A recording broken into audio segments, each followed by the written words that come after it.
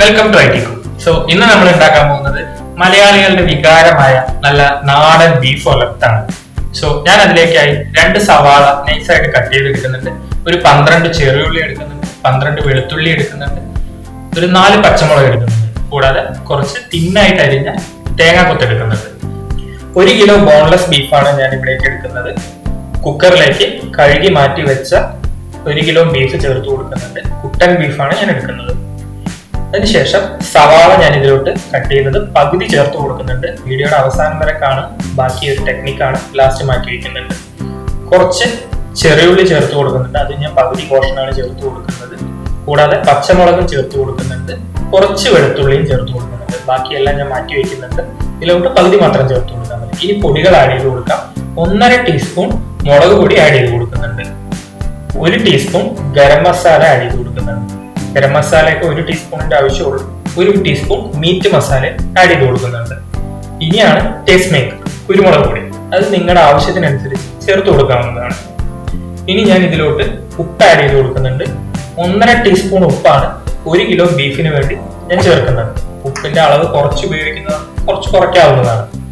So അടുത്തത് ഞാൻ നന്നായി മിക്സ് ചെയ്ത് ഇത് മാറ്റി വെക്കുന്നുണ്ട്. ഞാനൊരു അല്പം പോലും വെള്ളം ചേർക്കുന്നില്ല, നമുക്കിത് വെള്ളമില്ലാതെ വറ്റിച്ചെടുക്കാനാണ്.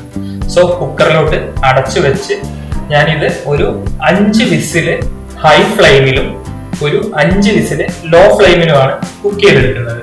കാരണം അങ്ങനെ കുക്ക് ചെയ്തെടുക്കുമ്പോൾ ബീഫ് നല്ല ടെൻഡർ ആൻഡ് സോഫ്റ്റ് ആയിട്ട് വരും. കാരണം സ്ലോ ഫ്ലെയിമിലാണ് എപ്പോഴും ബീഫ് നന്നായിട്ട് വെന്ത് കിട്ടുന്നത്. അപ്പൊ നമ്മുടെ ബീഫ് നന്നായിട്ട് വെന്ത് വന്നിട്ടുണ്ട്. കുറച്ച് വെള്ളമൊക്കെ ഇതിന്ന് ബീഫ് സ്റ്റോക്കിൽ നിന്ന് ഇറങ്ങിയിട്ടുണ്ട്, അതുകൊണ്ടാണ് ഞാൻ വെള്ളം ചേർത്ത് കൊടുക്കേണ്ടതെന്ന് പറഞ്ഞത്.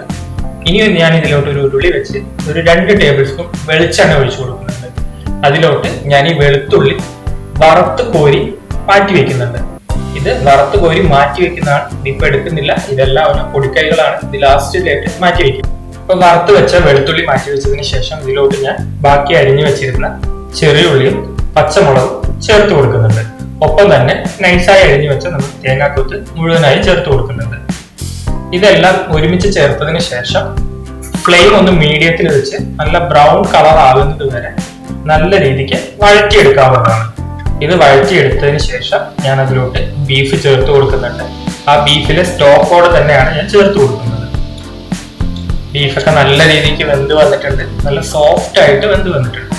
സോ എല്ലാ ബീഫും ഇതിലോട്ട് ചേർത്ത് കൊടുത്തതിന് ശേഷം ഞാനിത് നല്ല രീതിക്ക് മിക്സ് ചെയ്ത് കൊടുക്കുന്നുണ്ട്. ഈ സവാളയും ബീഫും തേങ്ങാക്കൊത്തും എല്ലാം ഒരുമിച്ച് പിടിക്കുന്ന രീതിയിൽ നല്ലവണ്ണം വേവിച്ച് ഒരു ഹൈ ഫ്ലെയിമിലിട്ട് വെള്ളം വറ്റിച്ചെടുക്കണം. അതിനുശേഷം ഞാൻ അടച്ചു വെച്ച് ഒരു 20 മിനിറ്റ് കുക്ക് ചെയ്തെടുക്കുന്നുണ്ട്. ഈ 20 മിനിറ്റ് എന്നുള്ളത് സ്ലോ ഫ്ലെയിമിലാണ് കുക്ക് ചെയ്യുന്നത്, നിങ്ങൾക്ക് അതിന്റെ ടൈം കൂട്ടാവുന്നതാണ്. ഇത് വിറകടുപ്പിലൊക്കെ വെക്കുകയാണെങ്കിൽ ബീഫ് ശരിക്കും കറുത്ത് വരുന്നതാണ്. നല്ല ലോ ഫ്ലെയിമിൽ സമയം കൂട്ടി കുക്ക് ചെയ്യുമ്പോൾ അത്രത്തോളം ബീഫ് ടെൻഡറും സോഫ്റ്റ് വരും, നല്ല മുരിഞ്ഞു വരും. ഇതിലോട്ട് ഞാൻ പെപ്പർ ആഡ് ചെയ്ത് കൊടുക്കുന്നുണ്ട്. ഒരു 2 ടീസ്പൂൺ പെപ്പർ ആഡ് ചെയ്ത് കൊടുക്കുന്നുണ്ട്.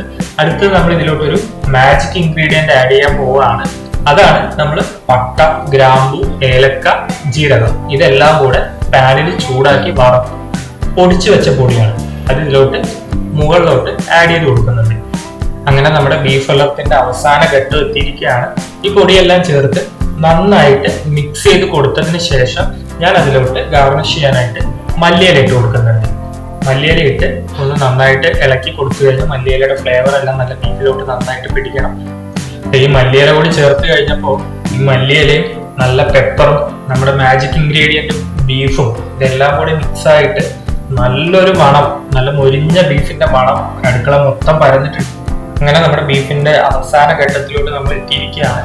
ലാസ്റ്റ് പണിയായിട്ട് നമ്മൾ ഒരു പാനിലോട്ട് കുറച്ച് വെളിച്ചെണ്ണ എടുത്ത് അതിലോട്ട് നല്ല വറ്റൽമുളക്, നല്ല കാഞ്ഞ വറ്റൽമുളക് എടുത്ത് അതിലോട്ട് ഇട്ട് കുറച്ച് കറിവേപ്പിലയും കൂടെ ആഡ് ചെയ്ത് കൊടുത്ത് നല്ല രീതിക്ക് ചൂടാക്കി, ഒന്ന് കരിഞ്ഞു പോകരുത്. ഇത് എപ്പോഴും ചൂടാക്കുന്ന സമയത്ത് കറിവേപ്പിലയും മുളകും കരിഞ്ഞു പോകാതെ സൂക്ഷിക്കണം. അപ്പൊ പെട്ടെന്ന് തന്നെ ഒന്ന് ഇളക്കി കൊടുത്ത് അതിലോട്ട് ആഡ് ചെയ്ത് കൊടുക്കാവുന്നതാണ്. നമ്മൾ ബീഫിലോട്ട് ഇത് ചേർത്ത് കൊടുക്കാം. ഇത് താളിച്ചതിന് ശേഷം ഇനി നമ്മുടെ അവസാനത്തെ ടിപ്പാണ്, നമ്മൾ വറുത്ത് കോരി മാറ്റി വെച്ചിരുന്ന വെളുത്തുള്ളി ഇതിലോട്ട് ചേർത്ത് കൊടുക്കുകയാണ്. വെളുത്തുള്ളി ചേർക്കുമ്പോൾ ഇതിലോട്ട് ഭയങ്കര ഫ്ലേവേഴ്സ് വന്ന് ഇതിലോട്ട് മിങ്കിൾ ആവും. അങ്ങനെ നമ്മൾ ആദ്യം പകുതി മാറ്റി വെച്ച സവാള കൂടെ ഇതിൽ ആഡ് ചെയ്ത് ഗാർണിഷ് ചെയ്ത് കഴിഞ്ഞാൽ നമ്മുടെ നാടൻ ബീഫ് ഉലർത്ത് റെഡിയാണ്. ഭയങ്കര ഫ്ലേവർ ആണ്. ഇത് എല്ലാവരും ട്രൈ ചെയ്ത് നോക്കണം. സോ നിങ്ങളുടെ അഭിപ്രായങ്ങളും നിർദ്ദേശങ്ങളും അറിയിക്കും. കൂടാതെ തന്നെ എല്ലാവരും ഒന്ന് സബ്സ്ക്രൈബ് ചെയ്ത് ലൈക്ക് ചെയ്ത് വീഡിയോ ഒന്ന് മറ്റുള്ളവർക്ക് ഷെയർ ചെയ്ത് എല്ലാവരും ഒന്ന് സപ്പോർട്ട് ചെയ്യുക. സോ നെക്സ്റ്റ് വീഡിയോയിൽ കാണാം. എല്ലാവർക്കും ബൈ.